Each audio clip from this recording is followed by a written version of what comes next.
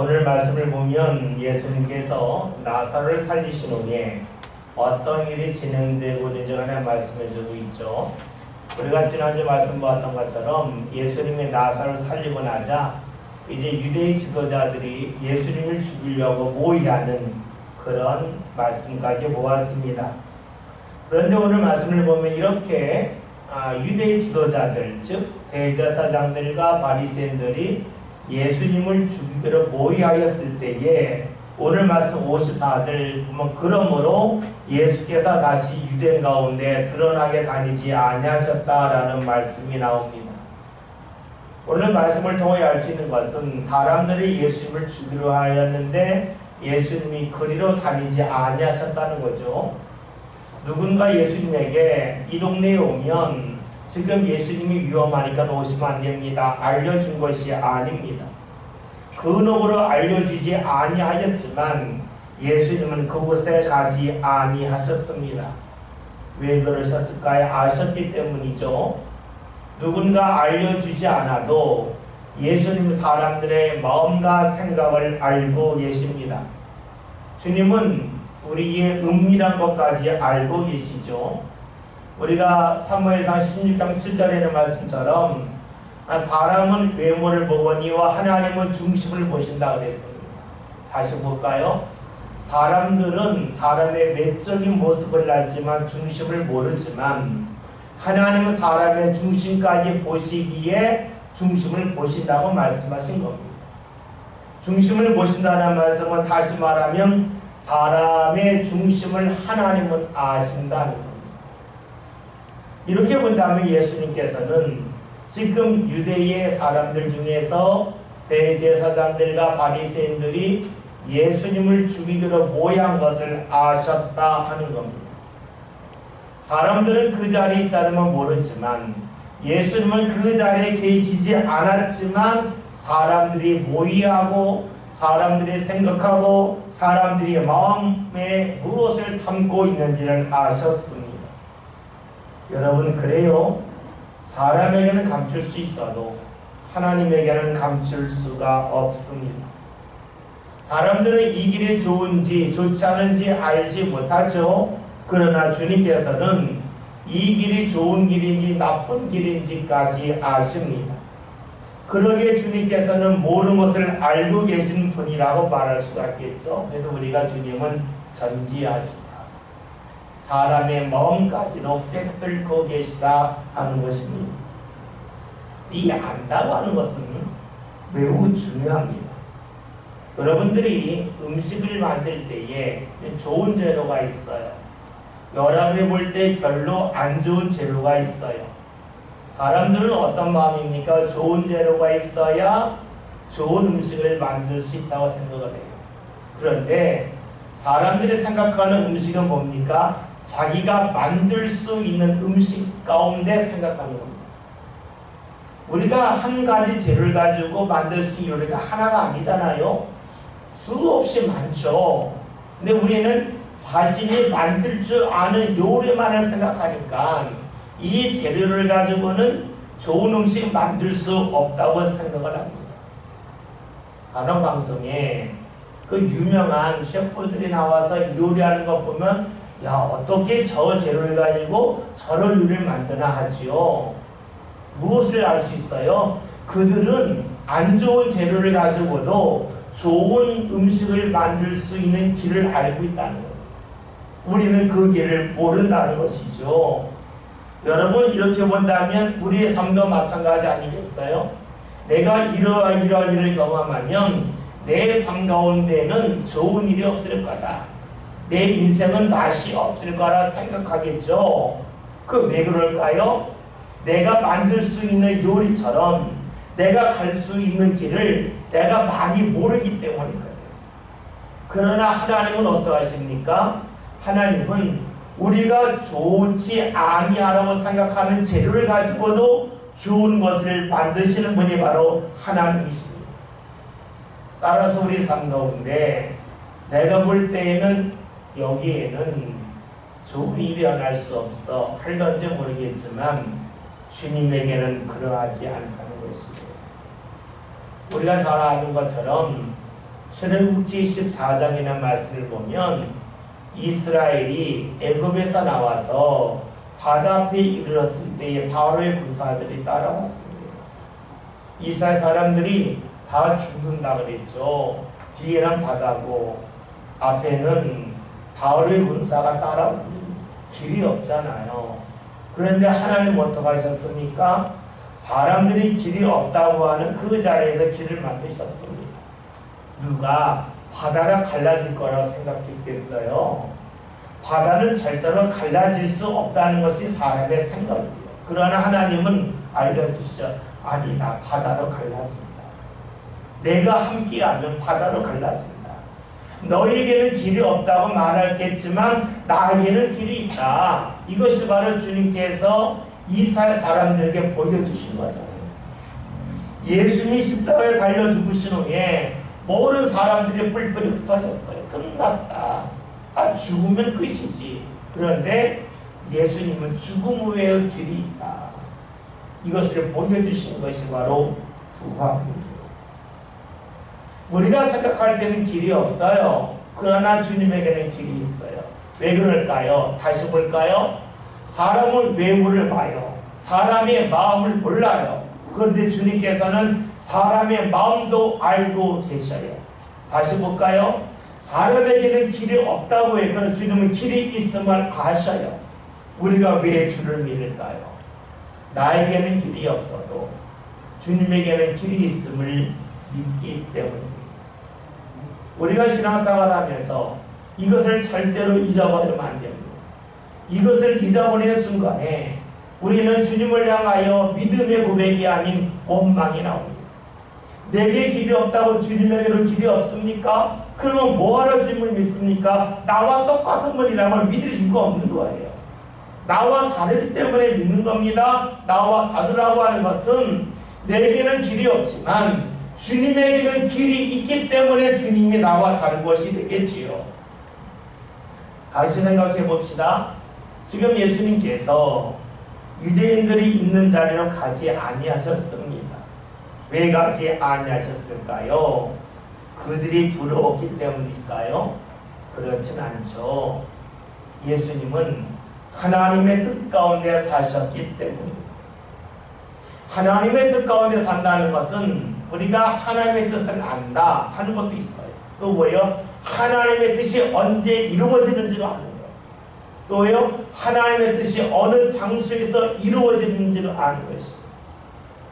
단지 우리가 하나님의 뜻을 알았다, 어떤 목적만 알았다고 해서 하나님의 뜻 가운데 사는 것이 아니에요. 하나님의 시기, 하나님의 장소, 이것까지 우리가 믿는 것이에요. 예수님은 하나님을 온전히 믿으셨어요. 하나님께서 예수님을 세상에 보내신 것은 우리를 위하여 죽게끔 하는 거예요. 그러나 죽을 때에 어디서 언제 죽어야 할지까지도 하나님이 정하셨음을 예수님은 아셔요. 그러니까 그때에 맞추시는 거예요. 그렇게 우리가 다른 말로 하면 주님을 믿는다고 하는 것은 방법까지도 믿는 거다. 어떤 목적만 믿는 것이 아니라 방법, 언제, 어디에서까지 믿는 것임을 알 수가 있습니다. 그래서 예수님은 유대인이 없는 곳으로 가셨습니다. 장소를 맞추기 위하여, 시계를 맞추기 위해서입니다. 우리 신앙생활 할 때에는 때로는 정면 승부할 때가 있고 때로는 돌아갈 때가 있습니다. 신앙의 사람은 늘 정면 승부하는 거 아닙니다. 때로는 돌아갈 때가 있고 때로는 부딪힐 때가 있습니다. 한자말 중에 명경지수라는 말이 있습니다. 명경, 명은 밝다는 거고요. 거울은 거울경자입니다. 거울경자. 지는 멈출 지자, 수는 물수자입니다. 옛날에 거울이 있었는데 그 거울은 청동거울이죠. 그러니까 거울이라고 하는 것은 청동입니다. 청동이기 때문에 막 닦아줘야 돼요. 그래서 맑게 닦아야만 거울을 통해 자신의 얼굴을 봐요. 그러니까 명경, 맑은 거울이라는 거예요. 자신을 볼 때에는 거울을 막 닦아서 보는 게 있어요. 근데 가난한 사람들은 자신 얼굴을 볼 때에 거울이 없으니까 어디 가서 볼까요? 냇가에 가서 볼까요? 물을 통해서 볼까요? 그런데 물이 출렁일 때는 거울이 아니에요. 물이 고요할 때 거울이 되죠. 물이 있는데 거울에 돌을 탁 던졌어요. 그러면은 이게 물방울이 이렇게 막 출렁출렁이잖아요, 물이요. 물이 출렁출렁이면 그 물을 통해서는 얼굴을 못 봐요. 언제 볼 수 있을까요? 물이 잔잔해질 때까지 기다려요. 그러니까 명경지수라고 하는 말은 닦아서 볼 수도 있고 기다려서 볼 수도 있다는 것이고요. 우리 신앙이 그래요. 하나님의 역사는 내가 열심히 거울을 닦듯이 힘쓰고 노력해서 주위를 볼 때가 있고, 때로는 지수, 물이 멈출 때까지 기다려야만 주위를 볼 때가 있어요. 물이 막 출렁일 때에 물을 깨끗이 닦아야 되겠다. 거울을 닦아도 막 닦으면 어떻게 할까요? 물이 더 출렁이겠죠. 신앙의 일이 그래요. 열심을 내서 볼 수 있는 하나님을 믿고, 때로 내가 가만히 기다림을 통해서 하나님 일을 볼 때가 있어요. 즉 내가 무언가 열심을 내어야만 하나님의 역사를 볼 때가 있는가 하면, 내가 내 삶의 자리에서 흔들리지 않고 마음이 출렁이지 않고 가만히 주를 기다리는 가운데 주의를 볼 때가 있어요. 내 많은 이들은 어떤 마음이 있냐면 명경에 관심이 많아요. 내가 무언가 열심히 닦으면 주의를 볼 거라고 생각해요. 그렇게 볼 때도 있어요.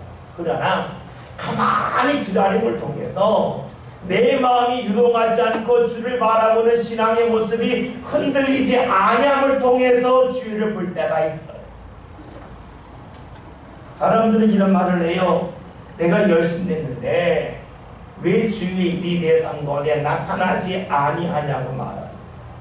이 사람은 명경, 즉 거울을 맑게 닦는 데에만 관심이 있어요. 여러분, 신앙은 두 가지가 있어요. 명경, 열심히 닦는 일이 필요하고, 지수, 물이 멈출 때까지 기다리듯이 우리가 주님을 바라보며 기다릴 때가 있어요. 이 두 가지가 같이 가야지 나는 열심만 내겠다, 또 때로는 나는 가만히 기다리면 되겠지, 이러면 안 된다는 거예요. 신앙은 두 개가 같이 가요. 오늘 주님께서 우리 삶 가운데 일을 하십니다. 예수님은 말씀을 보았더니 부딪히는 일이 아니라 기다리신 겁니다. 예수님이 죽으실 때를, 예수님이 죽어야 할 장소를 기다리십니다. 그걸 말씀해서 유대인들이 다니지 않는 다른 곳으로 가셨습니다. 오늘 말씀을 보면 예수님께서 54절에 거기를 떠나 빈들 가까운 곳인 에브라임이라는 동네에 가셨다 하는 말씀입니다. 우리가 새벽 기도 시간에 우리가 사사기를 보고 있죠. 그 전에 여호수아 받고 신명기 말씀. 아마 기억이 나실 거예요. 이스라엘이 약속의 땅에 들어갈 때에 요단을 건넜는데, 요단을 건너기 전에 루벤 지파, 갓 지파, 므낫세 반 지파가 건너지 않고 땅을 차지하고 나머지 9지파 반이 요단을 건너잖아요. 그런데 우리가 여호수아에 있는 말씀을 보면 나와 있는 말씀 중에 땅을 분배받는 말씀이 나오는데, 여호수아 17장에 나왔을 거예요. 요셉 지파가 하는 이야기가, 우리는 사람이 많은데 왜 우리에게 똑같은 땅을 주냐 그랬더니 하는 이야기가, 야 너희가 살림이랑 개척해 나가라, 철병을 갖다 두려워하지 말고 나가 개척하라는 말씀이 나오죠. 이스라엘에서 12지파 중에 가장 주도적 역할을 한 지파가 유다 지파와 요셉 지파예요. 요셉 지파는 둘로 나눠지죠. 그의 두 아들 므낫세와 에브라임이 있어요. 그런데 므낫세는 반 지파가 요단을 건너기 전에 땅을 차지했기 때문에 므낫세 지파는 약속의 땅에 대해서 별로 힘이 없어요. 힘 있는 것은 에브라임 지파예요. 그러니까는 이스라엘이 다윗이 통치하고 솔로몬이 통치하고 죽은 후에 남부로 딱 갈라지는데, 남쪽은 유다를 중심으로 갈라지고 위쪽은 에브라임을 중심으로 갈라져요. 그러니까 유다 지파와 요셉 지파가 중심 역할을 했는데 이 큰 두 지파 중심으로 딱 나눠지는 거죠. 그래서 북쪽 지파를 북이스라엘이라고 말하고 사마리아라고 말하는데 호세아서 같은 데 보면 에브라임이라고 표현해요. 북쪽을 대표하는 것이 에브라임이니까 에브라임이라고 말을 하죠. 예수님께서 지금 원래 유다 지파, 구약적으로 보면 유다 지파 쪽에 계시다가 지금 에브라임 지파 쪽으로 넘어가시고 계세요. 어쩌면 지금 이스라엘 사람들에게 이 잘못된 모습, 또 이대 신앙의 그 잘못된 모습을 주님께서 비추기 위해서 아마 에브라임으로 가신 것이 아닐까 하는 추측을 할 수도 있습니다. 그런데 오늘 말씀을 보면 예수님께서 에브라임 중에서 빈들 가까운 곳으로 가셨다라고 말씀하십니다. 사람이 적은 곳으로 가셨습니다. 예수님은 사람 사이에 갈등이 있을 때에 사람들이 무언가 잘못된 일을 할 때에 사람 곁을 떠나셨습니다. 사람이 적은 곳으로 가셨어요. 왜 그럴까요? 하나님을 더욱더 집중적으로 만나기 위함입니다. 만약에 제자들이 없었다면 예수님 혼자라면 더 깊은 곳으로 가셨겠지만 제자들과 함께 하셨기 때문에 에브라임 중에서도 빈들 가까운 곳, 즉 사람이 가장 적은 곳으로 가셨습니다. 여러분, 신앙의 사람은 지침이 없을까요? 신앙의 사람에게도 지침이 있습니다. 신앙생활 할 때도 지칠 때가 있어요. 그 지침이 있을 때에 우리에게 필요한 것은 무엇일까요? 예수님처럼 하나님을 만나는 일을 하는 것입니다. 하나님을 만날 때 비로소 우리는 위로받고 힘을 얻을 수 있기 때문입니다.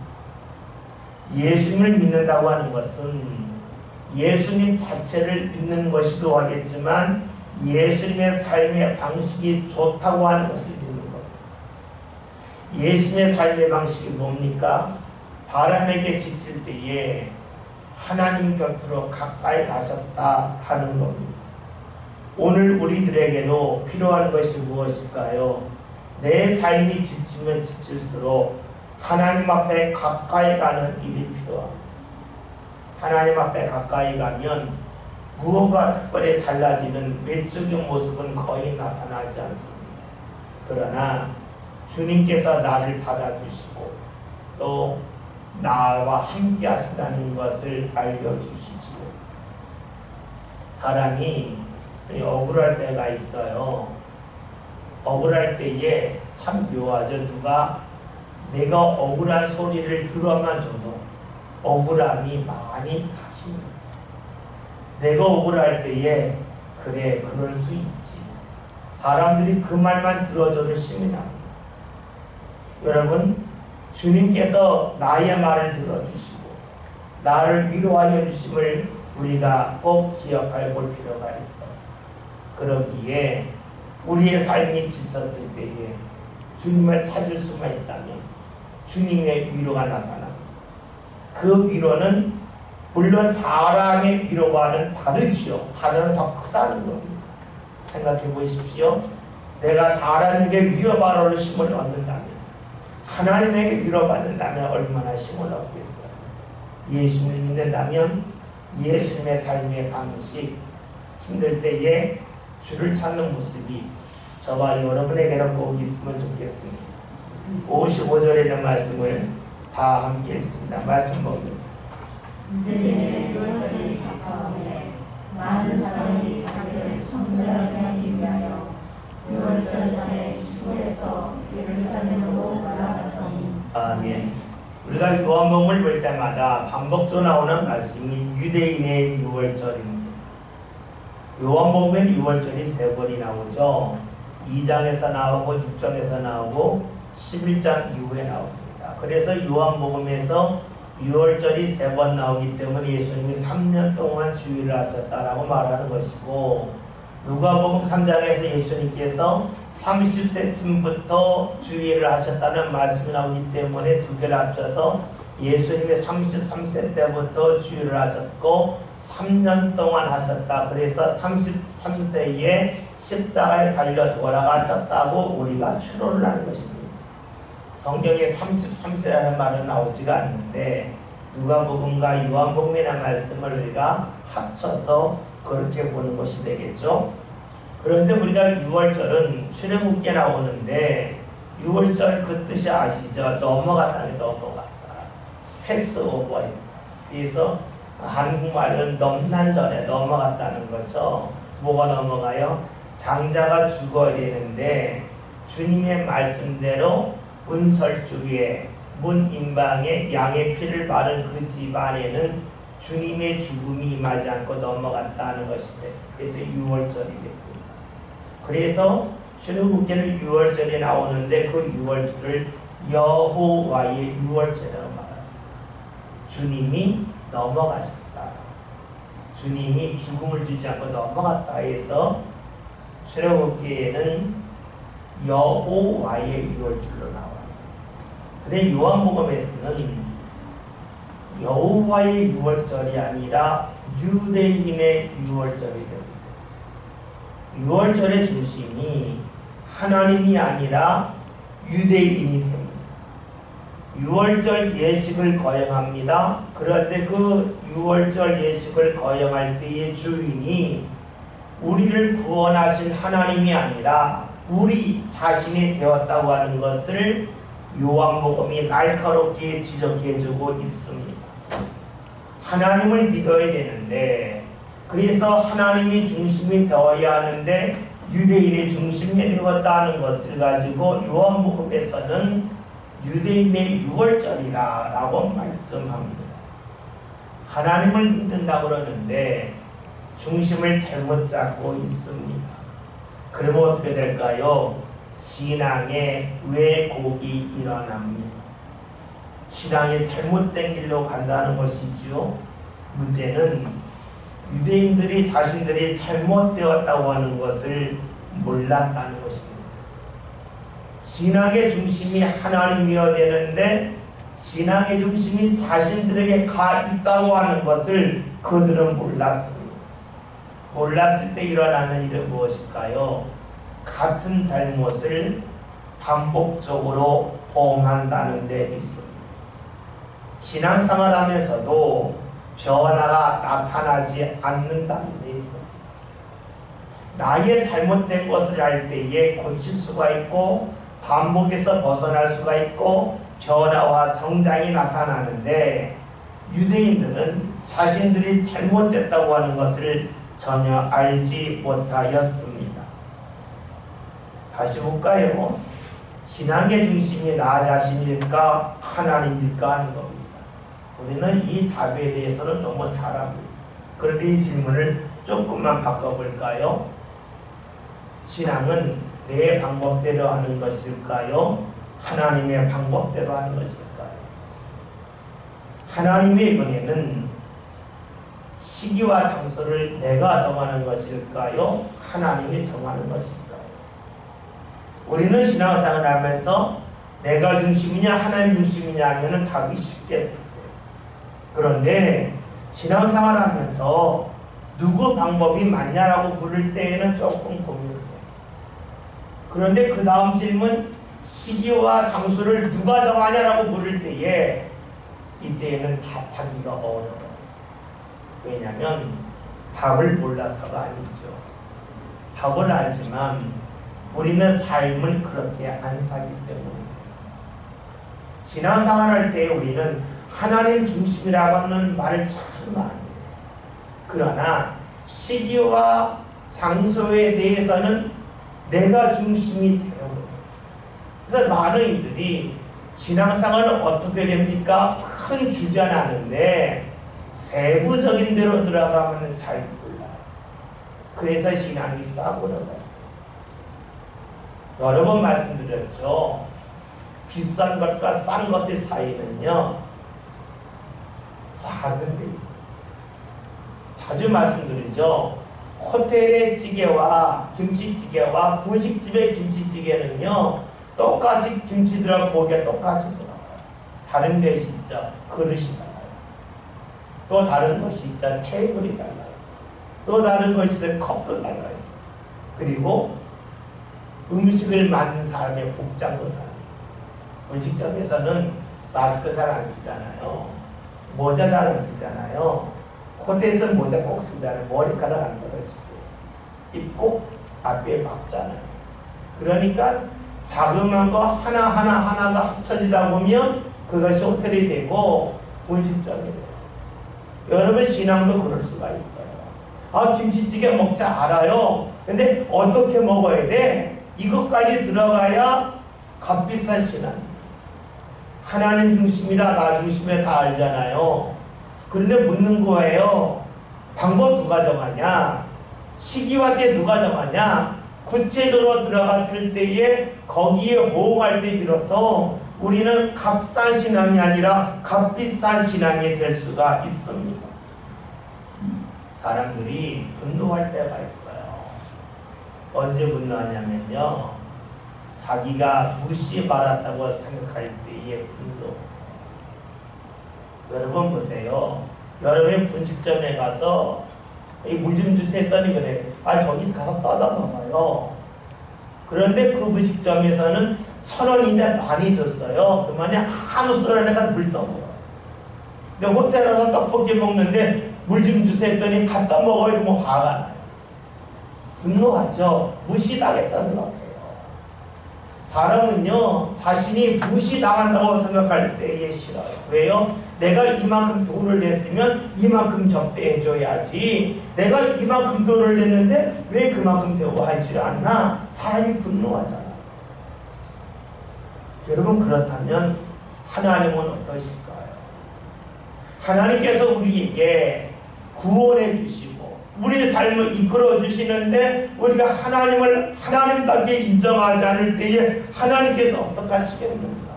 기뻐하실까? 아니면 기뻐하지 아니하실까 할 수 있어. 하나님을 기쁘게 하는 방법은 간단해요. 하나님을 인정해 드리는 거예요. 하나님을 인정한다고 하는 것은요, 하나님의 때와 장소를 인정하는 것이에요. 하나님을 인정한다고 하는 것은요, 사람들이 볼 때 길이 없다 할지라도 하나님에게 길이 있음을 인정하는 것이 하나님을 인정하는 것이에요. 내가 볼 때 일로 가면 내 삶이 불행할까로 생각하지만 하나님이 함께 하신다면 그 자리는 불행한 자리가 아님을 믿는 것이 하나님을 인정하는 것이에요. 다윗의 고백이잖아요. 내가 사망의 음침한 골짜기로 다닐지라도. 여러분, 사망의 음침한 골짜기에 다니면 다 두렵고 원망하고 불평하잖아요. 그러나 거기서 두려워하지 않는데 왜요? 하나님이 함께함을 믿기 때문에. 그러니까 하나님을 믿는다고 하는 것, 하나님을 인정한다고 하는 것이 우리 신앙의 핵심이에요. 근데 우리는 하나님을 믿는다 하면서도 하나님을 잘 인정하지 않아요. 형제에서는 하나님이 함께하지만 사망의 음침한 골짜기는 하나님이 함께하지 않는다고 생각하면서도 시편 23편 4절을 자꾸만 외워요.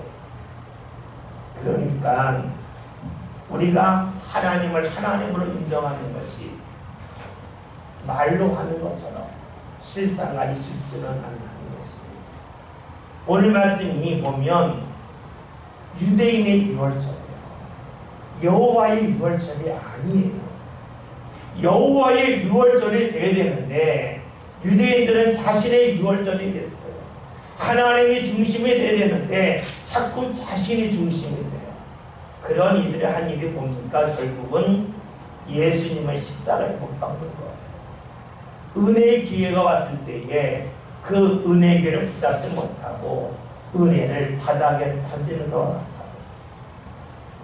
오늘 말씀 55절의 말씀을 보면 유월절에 가까워지니까 많은 사람이 자기를 성결하기 위하여 유월절 전에 시골에서 예루살렘으로 올라갔다라는 말씀이 있습니다. 유월절을 앞두고 이들은 일찍 올라가 준비를 합니다. 아마 몸을 깨끗이 씻는 일을 했겠죠. 재물을 보다 정성껏 준비하는 일을 했겠죠. 봅시다. 이들은 눈에 보이는 준비는 잘합니다. 물질을 드리는 것, 몸을 씻는 것은 잘합니다. 그러나 눈에 보이지 않는 것을 준비하지 못했죠. 주도권을 하나님 앞에 맡기는 일을 하지 못하였습니다. 왜 그럴까요? 이들은 하나님이 기뻐하시는 것이 무엇인지에 관하여 잊고 살기 때문에. 하나님은 외모를 보시는 분이 아니요 중심을 보시는 분이라고 하는 말씀이 있음에도 이들은 중심이 아닌 외모만을 자꾸만 하나님 앞에 드리려 했습니다. 왜 자꾸 외적인 것을 드려 했을까요?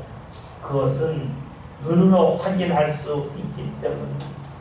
내가 이만큼 해서 흔적을 남길 수 있어요. 다른 사람에게 나는 당신보다 더 많이 준비해서 눈에 흔적을 남기며 자랑할 수가 있습니다. 이들은 하나님이 자신의 중심을 어루만지신다고 하는 사실을 잊고 있습니다. 제가 이만큼 했습니다 라고 하는 것에 초점을 맞추고, 이만큼 했습니다 초점 맞춘 사람은 어떤 말을 할까요? 이만큼 했으니 이만큼 주셔야 되지 않겠습니까? 하나님과의 관계를 동등한 관계, 거래로 보고 있습니다. 여러분, 이처럼 행위 중심적인 것이 일반적인 종교입니다. 많은 것을 들으면 많은 것을 얻는다는 것이지요. 그러나 우리의 신앙은 그러하지 않습니다. 우리의 신앙은 철저하게 은혜 중심입니다. 은혜 중심이기 때문에 우리는 원망할 것이 없습니다. 왜냐하면 하나님과 거래할 것이 하나도 없기 때문에 그렇습니다. 거래할 때 원망이 나오는 거죠. 내가 100을 줬는데 왜 당신은 10을 주냐? 이게 원망이잖아요. 원망할 때는 다 똑같잖아요. 내가 이만큼 했는데 왜 조금 주냐? 이걸 갖고 원망하지. 나는 조금 줬는데 당신이 왜 많이 주냐? 이걸 갖고 원망하지 않아요. 행위 중심이 우리 삶 안에 자리 잡을 때에 원망합니다. 여러분, 우리가 기도하는 것이 뭡니까? 하나님의 은혜에 감사해서 하는 거죠. 이것이 공로가 아닙니다. 이것이 공로가 되는 순간에 이렇게 되죠. 내가 기도했는데 왜 안 주시나요? 내가 헌금했는데 왜 안 주시나요? 이게 행위 중심으로 갈 때 나오는 현상이에요. 그때 일어나는 것은 원망불평. 그러나 은혜 중심일 때에는 무엇을 나도 감사할 뿐이에요. 주님이 나를 받아주셨네. 주님이 나를 세워주셨네. 주님이 내 갈 길을 예배해 주셨네. 내가 갈 곳이 없는데, 죽으면 갈 곳이 없는데 주님이 날 위하여 예배해 주셨네. 그럴 때 은혜 중심입니다. 은혜 중심이 되면 모래로 내세울 것이 없어요. 모래로 자랑할 것이 없어요. 그런데 사람들은 자꾸 행위 중심으로 자기가 보는 것이 옳다고 생각하죠. 얼마나 큰 착각입니다. 여러분, 바다를 생각해 보세요. 우리가요, 땅에서는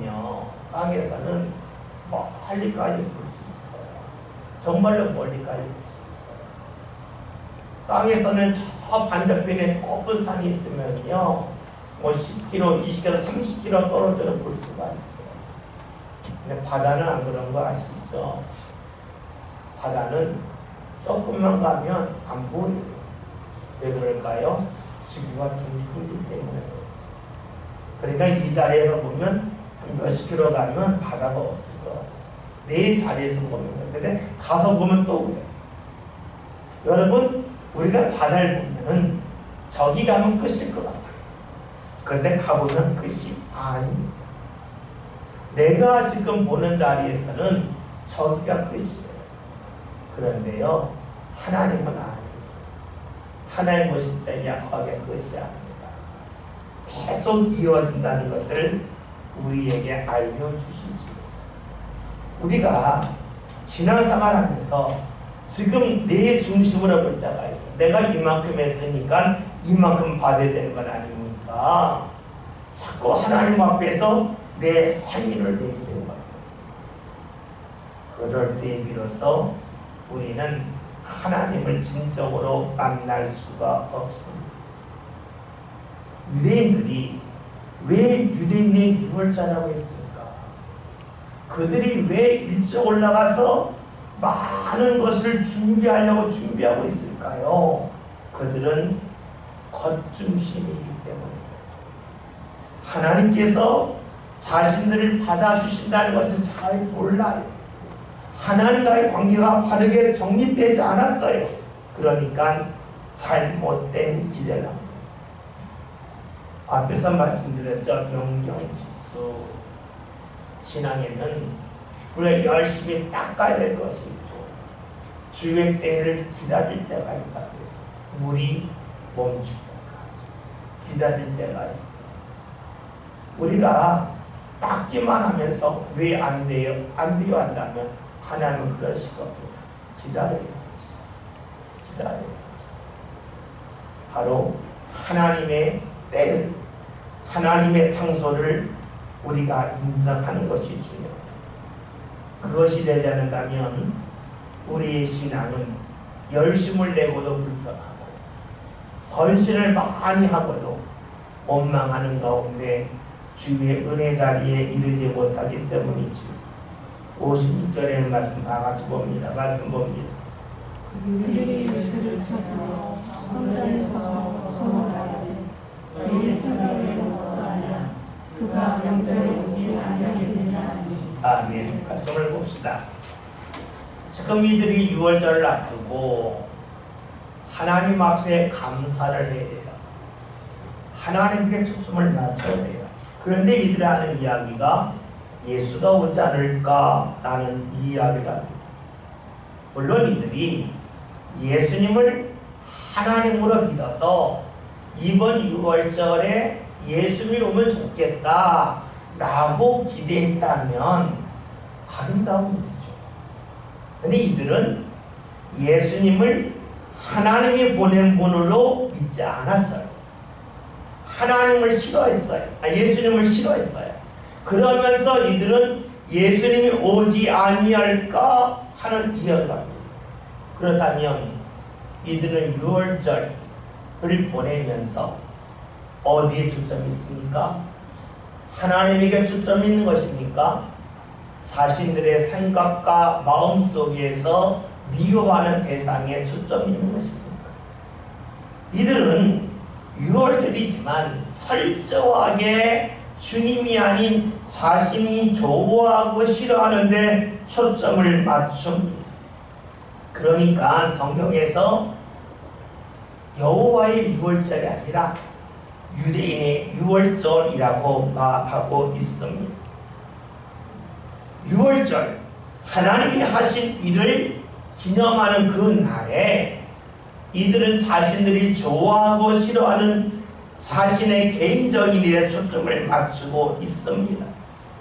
그렇다면 이들이 하나님 앞에 왔다 할지라도 몸은 하나님 앞에 와 있는 것이지만 이들의 마음은 하나님에게서 멀어져 있음을 봅니다. 아무리 은혜 받을 만한 좋은 자리에 있다 할지라도 초점이 잘못되면 그 자리에 없는 것과 똑같습니다. 무엇이 신앙입니까? 신앙은 좋은 자리에 있다 여기에 초점을 맞추면 안 됩니다.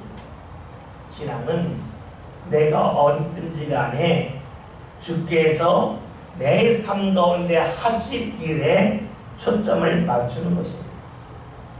왜 신앙의 사람이 하나님 앞에 감사합니까? 감사한 이유는 내 삶 가운데 정말로 내가 좋아하는 일이 넘치기 때문이 아니라 주께서 내 삶 가운데 베푸실 은혜에만 초점을 맞추기 때문에 감사할 수 있습니다.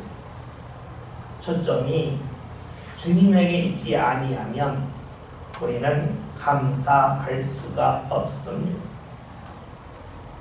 이들은 6월절 앞두고 일찍부터 준비하였건만 준비를 하고 나서 하나님을 만날 준비가 아니라 자신이 싫어하는 대상에 대하여 초점을 맞추고 있죠. 우리는 뭘까요? 교회 왔어요. 교회 올 때 어디에 초점 맞춥니까? 주께 예배할 일에 초점을 맞춥니다. 주께 영광 돌릴 일에 초점을 맞춥니다. 주께서 베푸실 은혜에 초점을 맞춥니다. 예, 교회 왔는데 누군가를 기분 나쁘게 했어요. 그래서 초점이 그 사람에게 갔어요. 그렇다면 6월절을 준비했지만 예수를 붙잡고자 예수를 는 유대인들의 모습과 우리가 다를 바가 없겠죠. 여러분, 이게 쉬운 일이 아닙니다. 무척이나 어려운 일입니다. 내가 주일전에 와서 철저하게 주님에게 초점을 맞춘다고 하는 것이 쉬운 일이 아닙니다. 이 초점은 우리가 흔히 하는 말 뼛속까지 주님의 은혜를 붙잡겠다고 하는 마음이 있어야만 가능합니다. 여러분, 그렇잖아요. 금이 있는데 깨끗한 금이 있고 때로는 더러운 오물이 묻은 금이 있어요. 근데 우리는 금을 보는 순간에 더러운 것이 묻었다고 해서 금을 안 보진 않죠. 더러운 것이 묻어있어도 금은 금이다 하고 붙잡습니다. 깨끗한 금만 붙잡지 않아요. 왜요?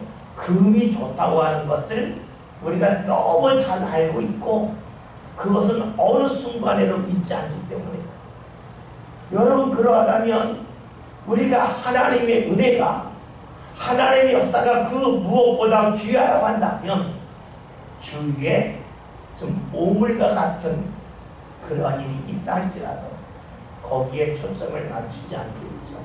그런데 이것이 잘 되지가 않아요. 그러니까 우리가 데살로니가 후서에 나와 있는 말씀처럼 믿음은 모든 사람의 것이 아니라는 것입니다.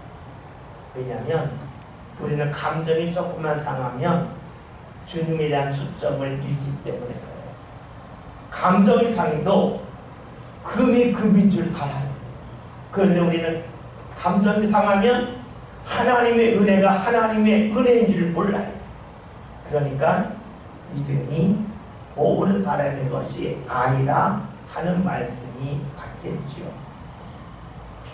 사람들은 이번 6월절에 예수님이 오실까?